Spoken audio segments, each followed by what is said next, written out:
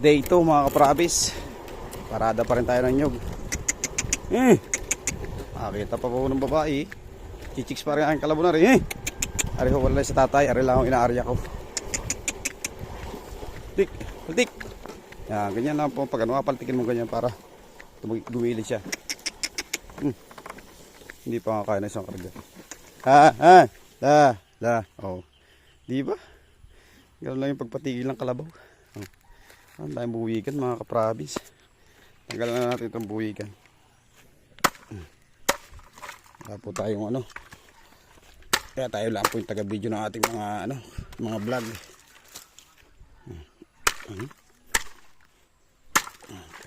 Talas ng itak natin mga kaprabis.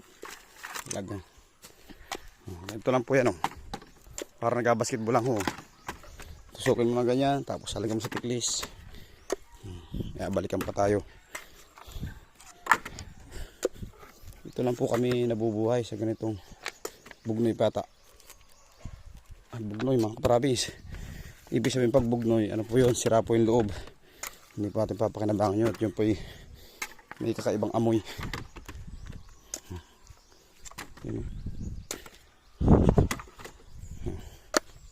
Dapat pala yung malaking tiglis ang napaglagyan ko mga kaprabis. Ano sana ito? Saktong-sakto sana. Nasa balikan. Sakuhin ko na lang ito. Pagkakunti na natira.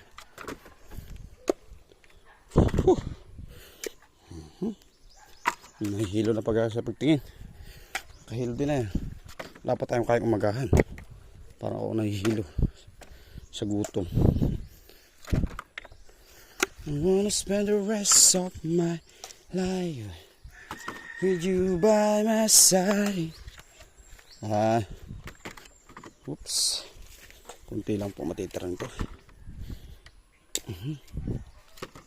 I'll spend the whole life in your eye. Space pa. Tatlo na lang. Tatak na. Tatlo na lang. Natira pa. Natira pa nga mga kaprabis. Ay ako. Aray. Ganun po yung pagpatigil. Para sampay lang po natin dyan. Arya. Yun o. Hindi lang tayo sa gilid. May sakyan dyan. Ganda po ng panahon no. Asul na asul po yung langit dito sa probinsya.